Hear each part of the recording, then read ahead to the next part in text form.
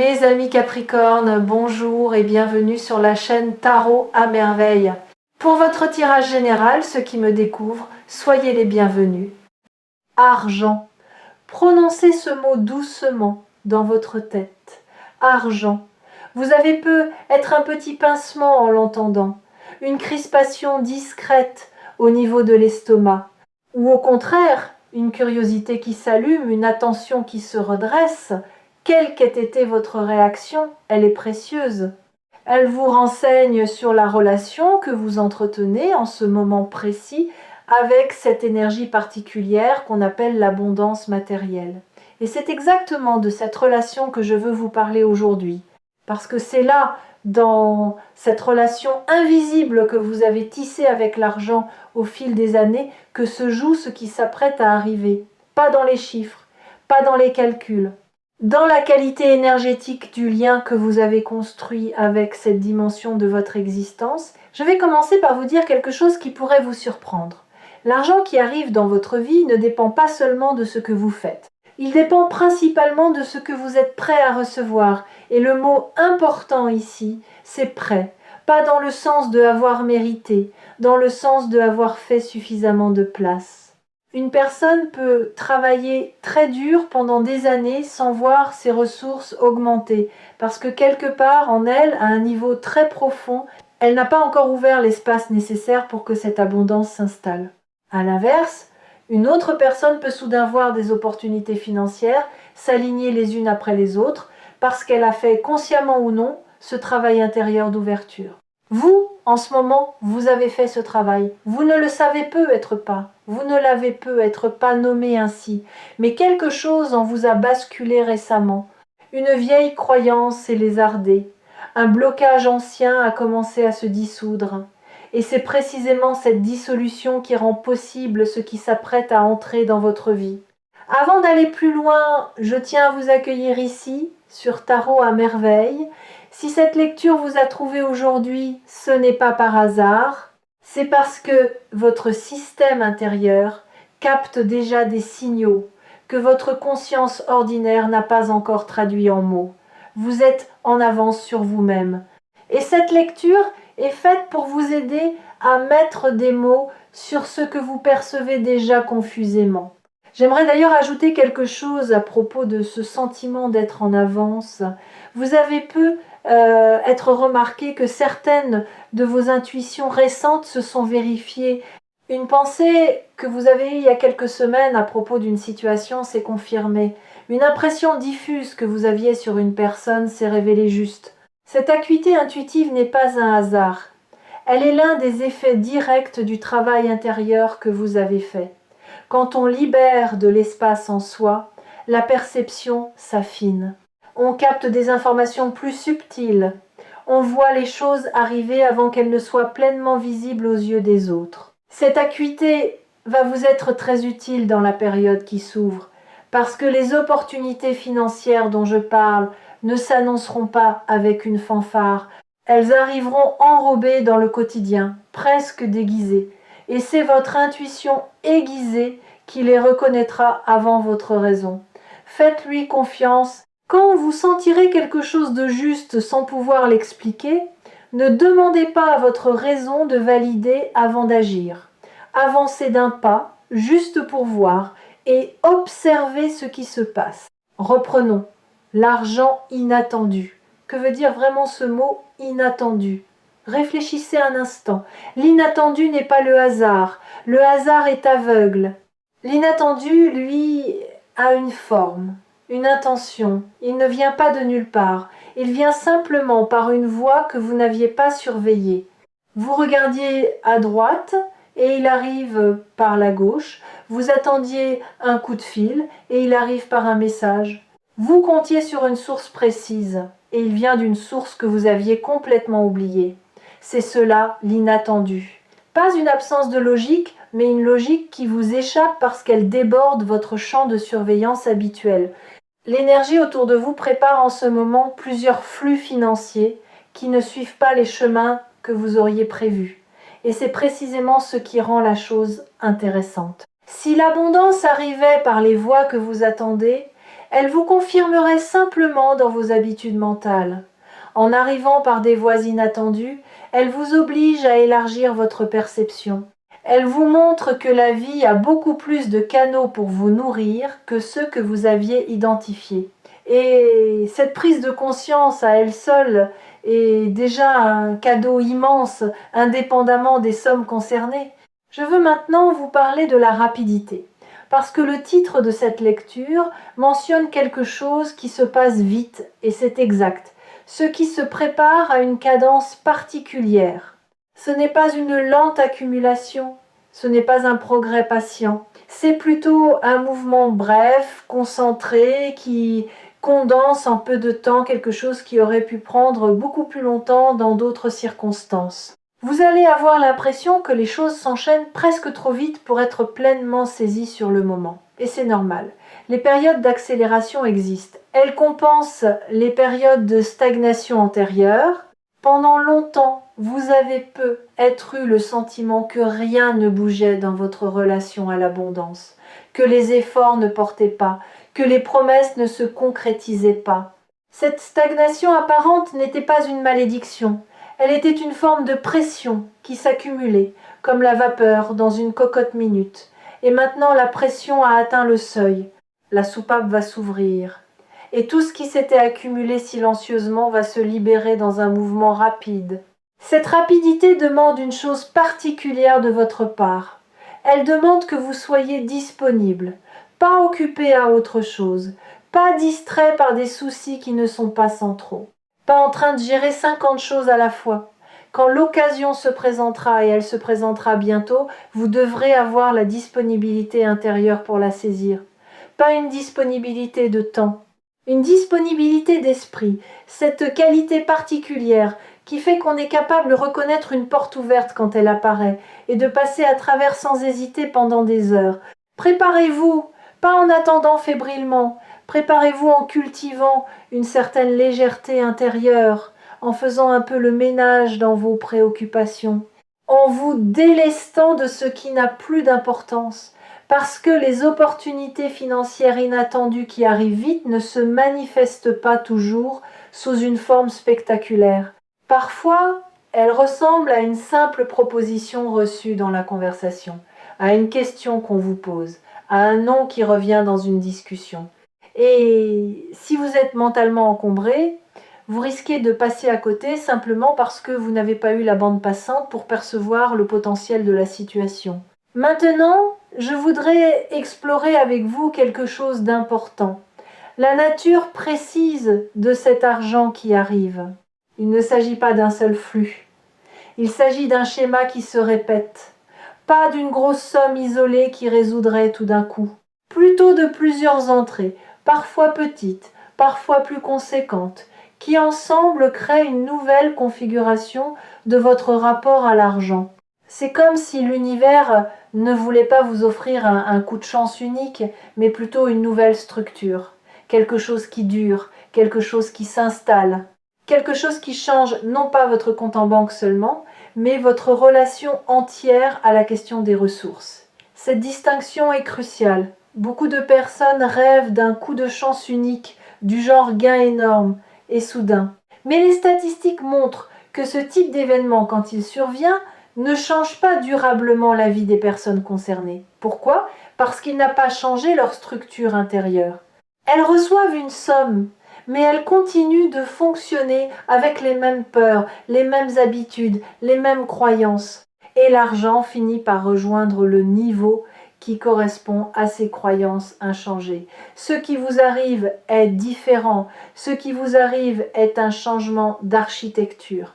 Une modification durable de votre manière de générer, recevoir et faire circuler l'argent. J'aimerais maintenant vous parler des 3 portes par lesquelles cet argent inattendu pourrait entrer dans votre vie.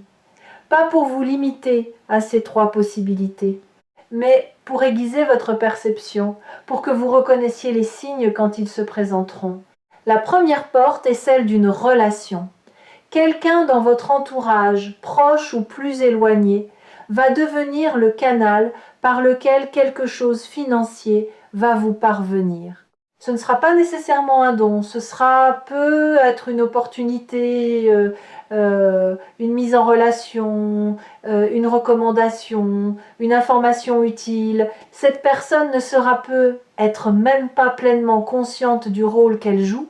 Elle se contentera de mentionner quelque chose, de vous orienter vers quelqu'un, de vous parler d'une possibilité. Mais ce moment-là sera un point de bascule. Soyez attentifs aux conversations qui prennent une tournure inattendue, aux noms qui reviennent plusieurs fois en peu de temps, aux propositions qui surgissent de personnes dont vous n'attendiez rien. La deuxième porte est celle d'une situation oubliée. Quelque chose que vous aviez initié dans le passé et que vous aviez classé comme infructueux va se réveiller. Une démarche, un contact, un investissement de temps ou d'énergie qui n'avait pas porté de fruits immédiatement. Vous aviez fini par tourner la page, peut être avec un peu de déception. Mais ce que vous ne saviez pas, c'est que cette graine continuait de germer en silence et maintenant la pousse sort de terre. Si vous remarquez qu'un dossier ancien vous revient à l'esprit, qu'une vieille piste vous fait signe, qu'un contact perdu de vue refait surface, ne le rejetez pas par principe. Donnez-lui une chance. C'est peut être exactement par là que ça va passer. La troisième porte est plus subtile. Elle concerne une intuition qui va vous venir et qui semblera, sur le moment, presque trop simple. Ce sera une idée qui vous traversera l'esprit pendant que vous faisiez toute autre chose. Une pensée du type « et si je faisais cela ?» ou « et si je proposais ceci ?» Cette pensée aura une particularité. Elle viendra avec une légèreté. Elle ne sera pas accompagnée du poids habituel des projets compliqués. Elle aura un côté presque évident, presque enfantin. Et c'est précisément cette évidence qui pourrait vous faire la sous-estimer. Ne la sous-estimez pas. Cette idée, aussi simple soit-elle, peut être la clé. Notez-la. Mettez-la à l'épreuve. Observez ce qui se passe quand vous commencez à la mettre en mouvement, même de manière minime. Je voudrais maintenant aborder quelque chose qui me semble essentiel pour que cette énergie d'abondance puisse pleinement s'installer dans votre vie. C'est votre rapport à l'idée du mérite. Vous avez peut-être, comme beaucoup de personnes, intériorisé l'idée que l'argent doit être mérité, gagné par la souffrance, par l'effort difficile, par la sueur. Cette croyance est culturelle ancienne, transmise sur plusieurs générations, et elle a quelque chose de noble en apparence, mais elle a aussi un effet pervers. Elle vous rend méfiant à l'égard de tout argent qui arriverait avec une certaine facilité. Vous vous demanderiez « est-ce que je le mérite vraiment ? Est-ce que je n'ai pas dû travailler assez dur pour cela ?» Cette méfiance, paradoxalement, peut faire reculer l'abondance avant même qu'elle ne se soit pleinement installée. L'argent qui arrive en ce moment dans votre vie n'a pas besoin d'être justifié par votre fatigue. Il peut arriver doucement, fluidement, presque facilement et être tout aussi légitime qu'un argent gagné dans la difficulté. La fluidité n'est pas une preuve d'illégitimité. Elle est souvent au contraire le signe que vous êtes enfin aligné avec ce qui vous correspond. Quand on est dans son couloir juste, l'effort cesse d'être une lutte. Il devient un mouvement naturel. Et les résultats viennent en proportion de la justesse, pas en proportion de la souffrance. Permettez-vous de recevoir sans contrepartie de douleur. C'est peut être l'apprentissage le plus important de cette période. La vie ne vous demande pas de souffrir pour mériter ce qu'elle vous donne. Elle vous demande simplement d'être présent, d'accepter, de faire de la place. Le reste, c'est elle qui s'en occupe. Sur Tarot à merveille, je rencontre beaucoup de personnes qui portent cette croyance du mérite douloureux sans même le savoir. Elles me décrivent des situations où elles auraient pu accepter une opportunité facile, mais où elles ont reculé par méfiance. « Trop beau pour être vrai », disent-elles. Et je leur réponds « Non, pas trop beau, juste à la hauteur de qui vous êtes vraiment, juste à la hauteur du travail intérieur que vous avez accompli sans même le mesurer. La beauté n'est pas une trahison, la fluidité n'est pas un piège. Apprenez à les reconnaître comme des signes de justesse, pas comme des signaux d'alarme. » Il y a un autre aspect de cette dynamique que je voudrais explorer avec vous, c'est le rapport entre donner et recevoir.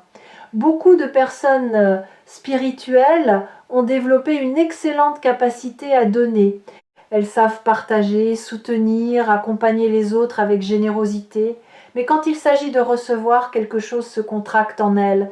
Elles deviennent maladroites, presque gênées. Elles minimisent le geste. Elles cherchent immédiatement comment rendre l'appareil pour ne pas rester en position de receveur. Si vous vous reconnaissez dans cette description, sachez que c'est un déséquilibre subtil mais important. Donner sans pouvoir recevoir n'est pas une plus grande générosité. C'est une difficulté à accepter sa propre valeur, à se sentir digne de la circulation. Et tant que ce déséquilibre persiste, l'abondance qui essaye d'entrer dans votre vie rencontre une porte mal huilée. Elle peut entrer mais avec friction. Et elle ne reste pas longtemps parce que vous l'avez accueillie comme une exception et non comme une nouvelle norme. Le travail intérieur qui s'amorce avec cette période, c'est l'apprentissage de l'équilibre entre les deux mouvements. Recevoir sans culpabilité, donner sans s'épuiser. Sentir la circulation comme un flux naturel et non comme une transaction qui doit toujours s'équilibrer immédiatement. Quand vous atteindrez cet équilibre intérieur, l'abondance n'aura plus besoin d'être inattendue pour entrer dans votre vie. Elle deviendra simplement une présence familière qui va et vient avec la fluidité d'une marée bien rythmée. Je voudrais maintenant vous parler d'une dynamique très spécifique qui va se produire pendant cette période d'abondance inattendue. C'est une dynamique d'équilibrage. Quand un nouveau flux financier arrive dans votre vie, il met en lumière votre rapport à l'argent dans toute sa complexité. Vos peurs, mais aussi vos désirs, vos blocages, mais aussi vos générosités, vos rigidités, mais aussi vos élans. C'est une période de révélation intérieure presque autant que de transformation extérieure. Vous allez apprendre des choses sur vous-même que vous ne saviez pas. Vous découvrirez peut-être que vous avez plus de clarté financière que vous ne le pensiez, ou au contraire, vous remarquerez certaines tendances qui méritent d'être observées et peu être ajustées. Cette période est donc aussi une opportunité d'éducation intérieure. Profitez-en.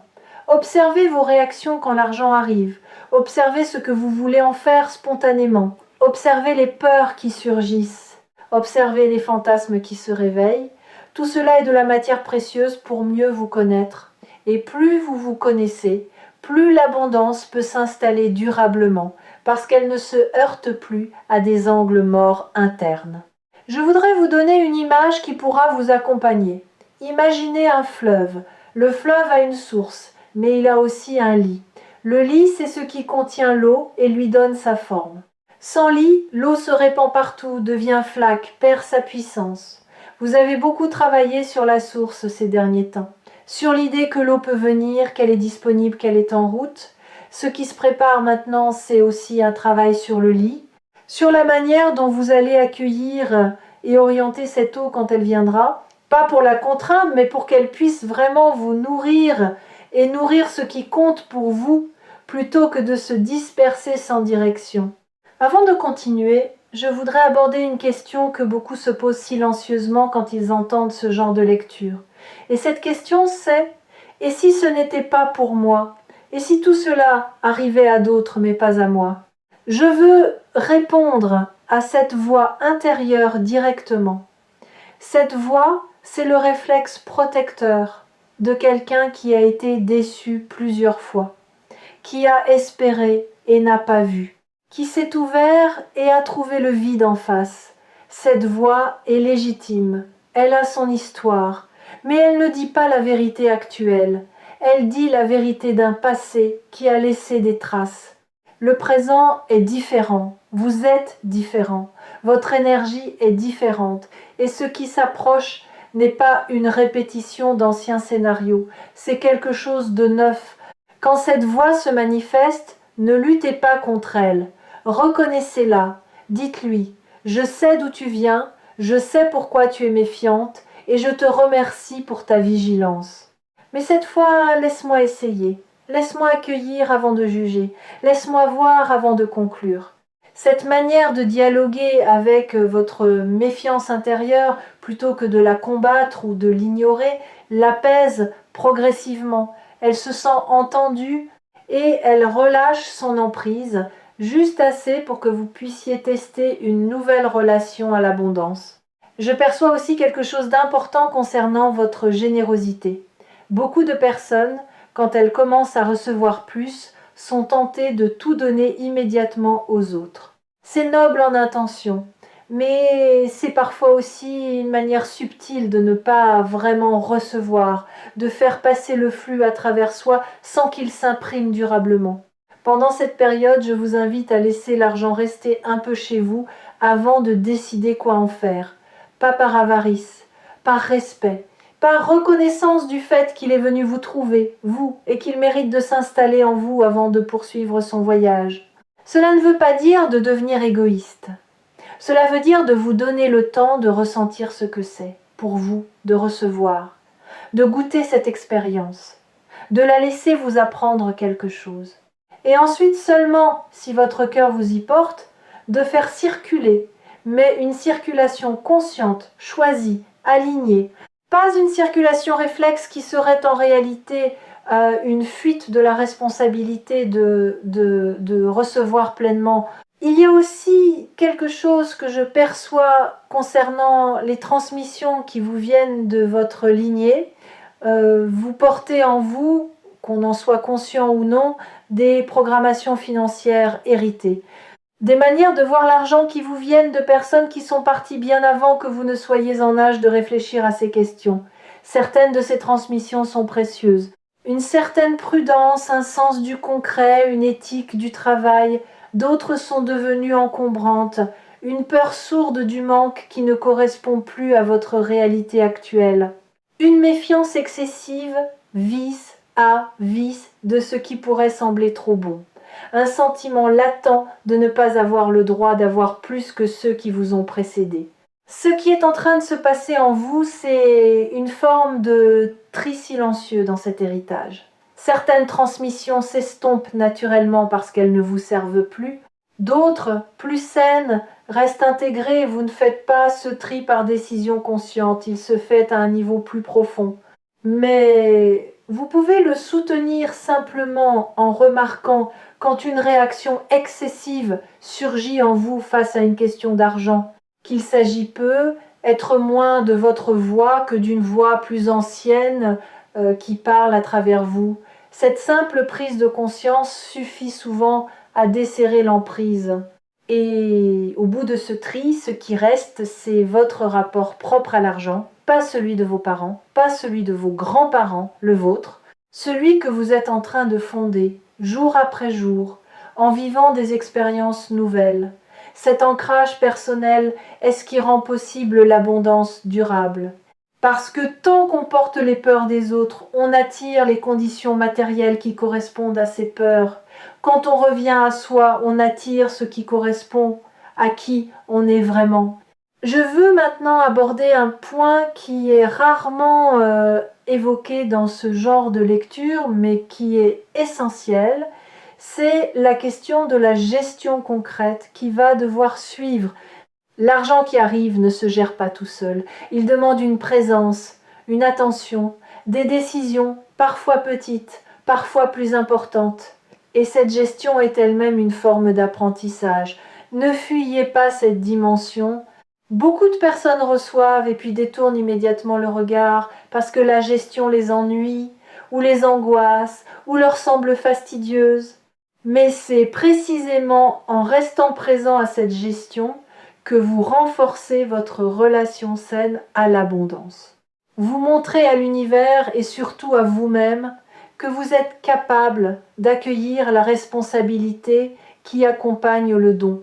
Pas besoin de devenir expert financier, juste être présent, regarder ce qui entre, décider en conscience ce qui sort, tenir un cap clair pour vous-même.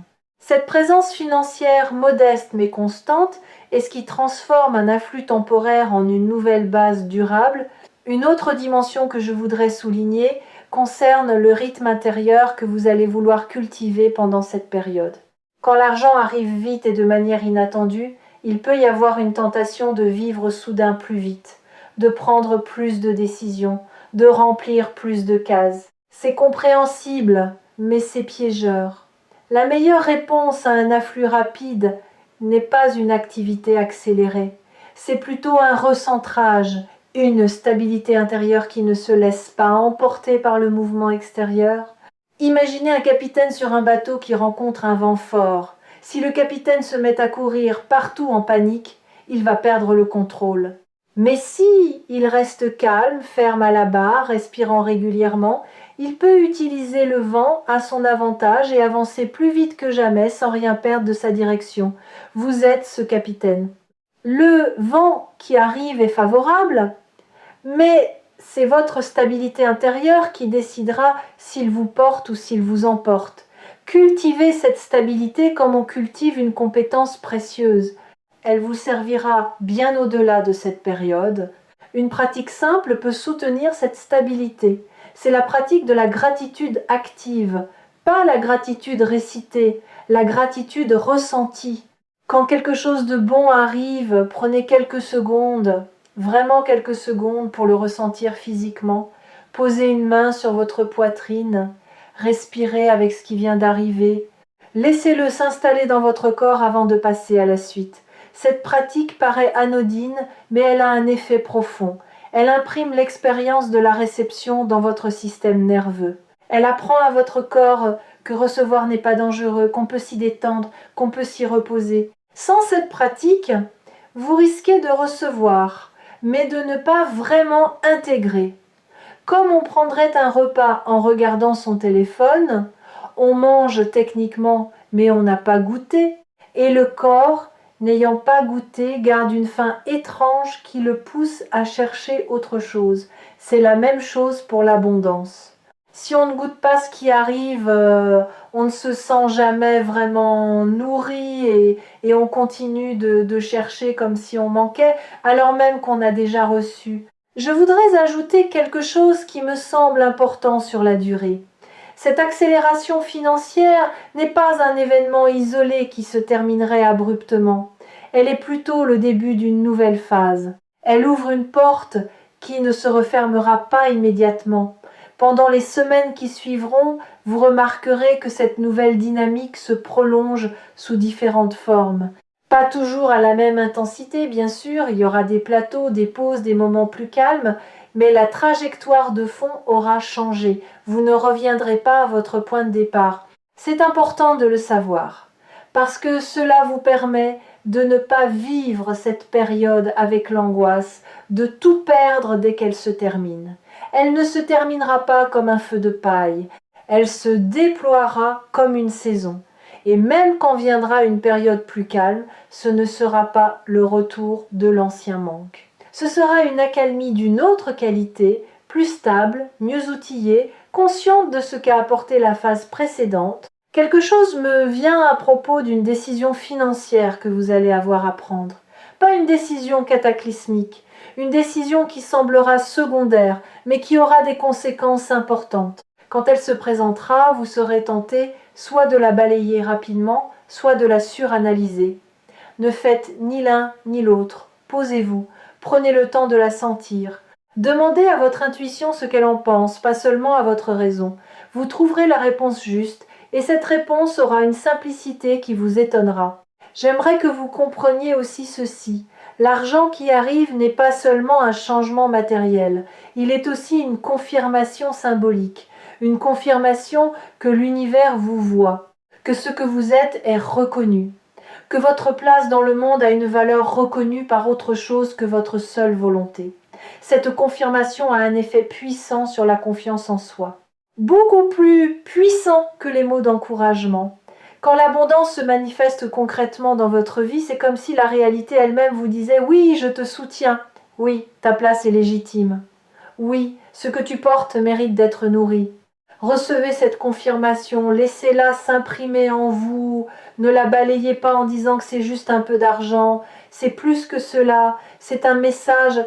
Et ce message peut nourrir votre confiance pendant longtemps, bien au-delà du moment où l'argent lui-même aura été dépensé ou redirigé. Je voudrais aussi vous dire ceci. Quand on commence à recevoir avec plus de fluidité, on se rend compte d'une chose étonnante, on devient plus calme. Pas parce qu'on a plus de moyens et qu'on s'inquiète moins, mais parce qu'on a fait l'expérience directe que la vie peut nous nourrir de manière inattendue, et que cette expérience modifie en profondeur notre rapport à l'avenir. On sait dans ses tripes et plus seulement dans sa tête qu'on n'est pas seul à porter sa propre subsistance, que des forces invisibles travaillent aussi pour nous. Et cette connaissance intime, une fois inscrite, ne s'efface plus. Avant de clore cette lecture, je voudrais vous laisser avec une dernière réflexion sur Tarot à merveille. L'abondance n'est pas seulement une affaire d'argent, elle est une qualité d'être, une manière de habiter sa vie comme quelqu'un qui sait qu'il est nourri, soutenu, accompagné par une intelligence plus grande que la sienne.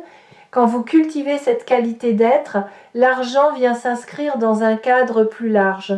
Il devient l'un des aspects d'une abondance multidimensionnelle, qui inclut aussi le temps, les rencontres, les opportunités, l'inspiration, la santé, la joie. Ce qui s'apprête à arriver dans votre vie n'est donc pas seulement un événement financier, c'est l'éveil d'une qualité d'être abondante en vous.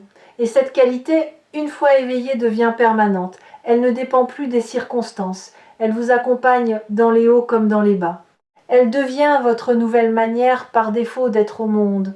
Il est temps de conclure cette lecture, mais pas avant de vous laisser avec quelques mots simples à garder avec vous dans les jours qui viennent.